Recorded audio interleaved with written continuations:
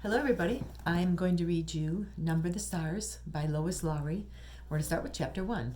This book is set in Copenhagen, Denmark, which is very on the same mainland as Germany, but it's very close to Sweden. Sweden is just a boat ride away.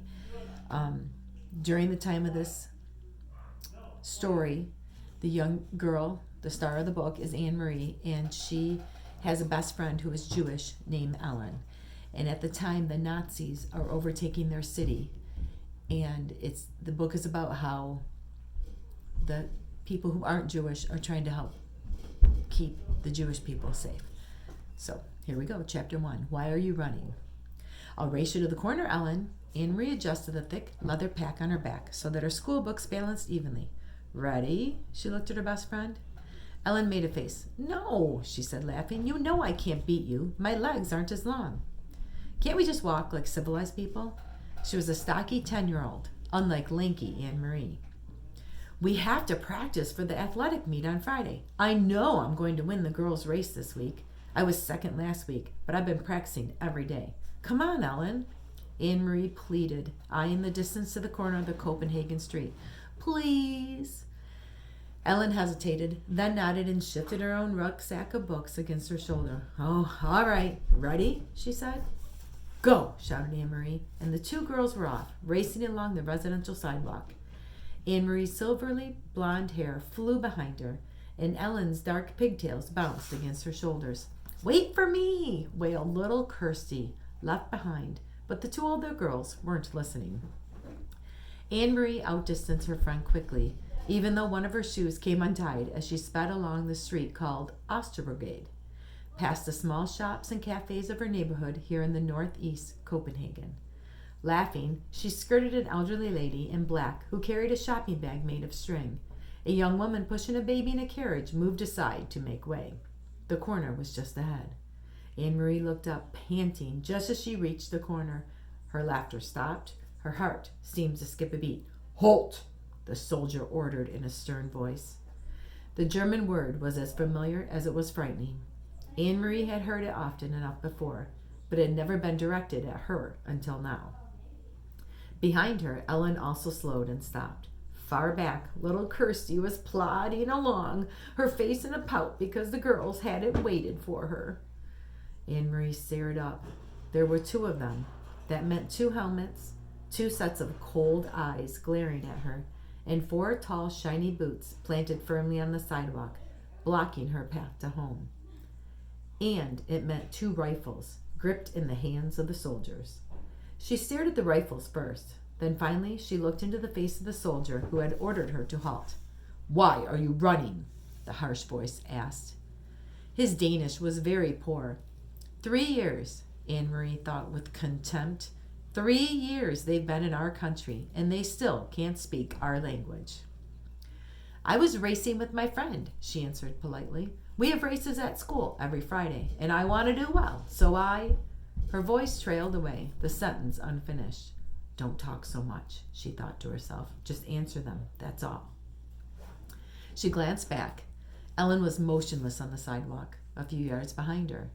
Farther back, Kirsty was still sulking and walking slowly toward the corner. Nearby, a woman had come to the doorway of a shop and was standing silently, just watching. One of the soldiers, the taller one, moved toward her. Anne Marie recognized him as the one she and Ellen always called, in whispers, the giraffe, because of his height and the long neck that extended from his stiff collar. He and his partner were always on this corner. He prodded the corner of her backpack with the stock of his rifle. Anne Marie trembled. What's in here? He asked loudly. From the corner of her eye, she saw the shopkeeper move quietly back into the shadows of the doorway, out of sight. School books, she answered truthfully. Are you a good student? The soldier asked. He seemed to be sneering at her. Yes. What is your name? Anne Marie Johansson.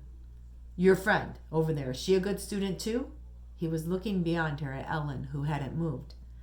Anne Marie looked back too and saw that Ellen's face, usually rosy cheek, was pale and her dark eyes were wide. She nodded at the soldier. She's better than me, she said. What is her name? Ellen. And who is this? He asked, looking to Anne Marie's side. Kirsty had appeared there suddenly, scowling at everyone. My little sister. She reached down for Kirsty's hand, but Kirsty, always stubborn, refused it and put her hands on her hips defiantly. The soldier reached down and stroked her little sister's short, tangled curls.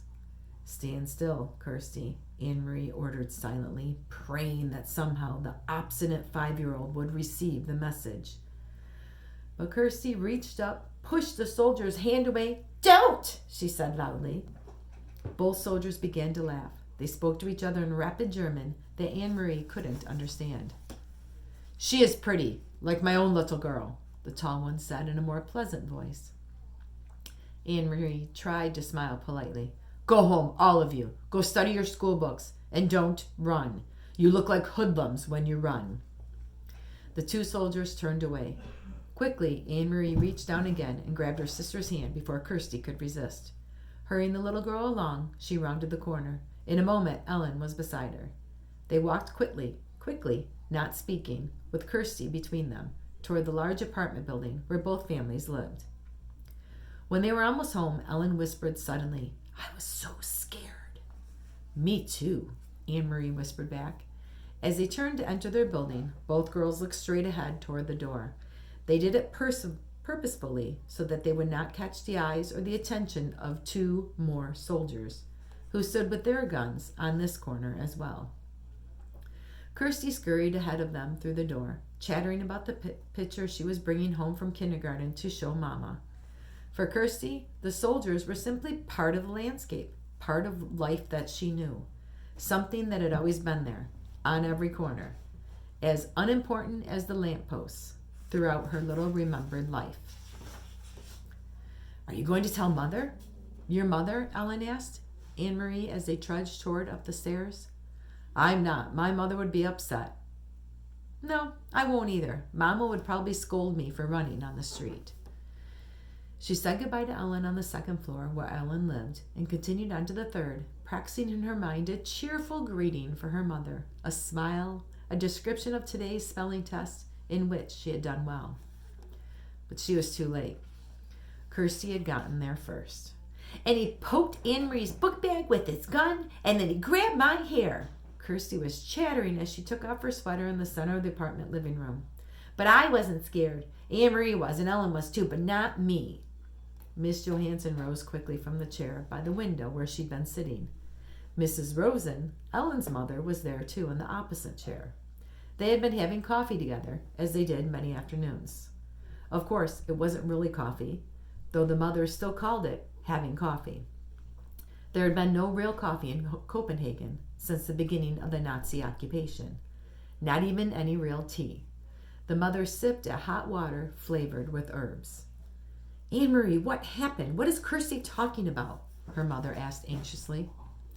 Where's Ellen? Mrs. Rosen had a frightened look.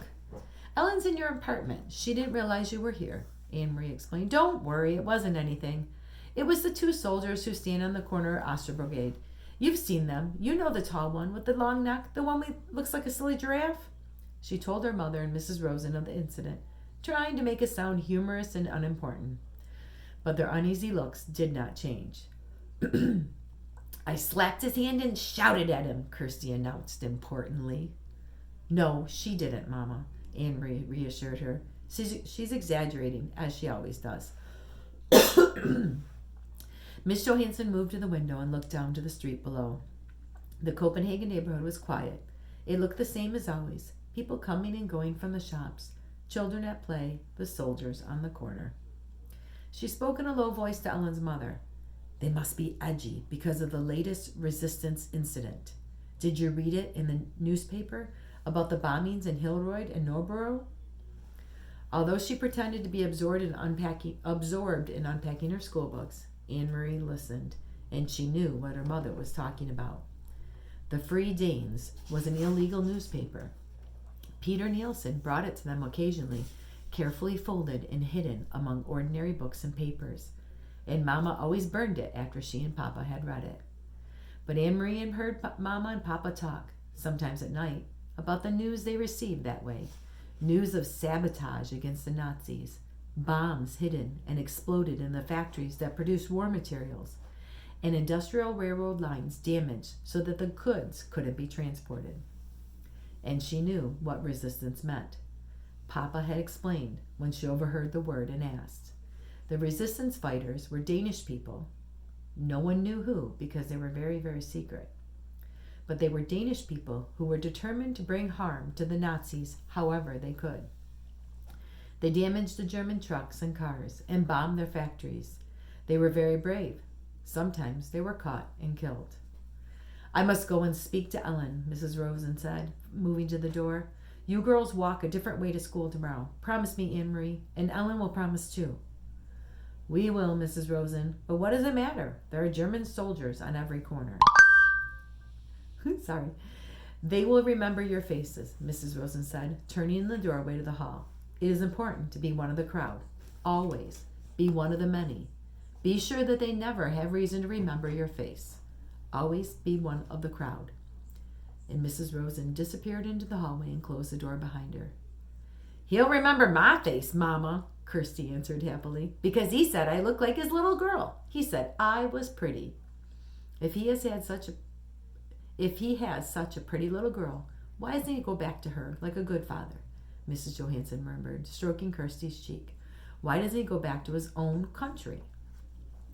Mama, is there anything to eat? Anne-Marie asked, hoping to take her mother's mind away from the soldiers. Go ahead, take some bread and give a piece to your sister.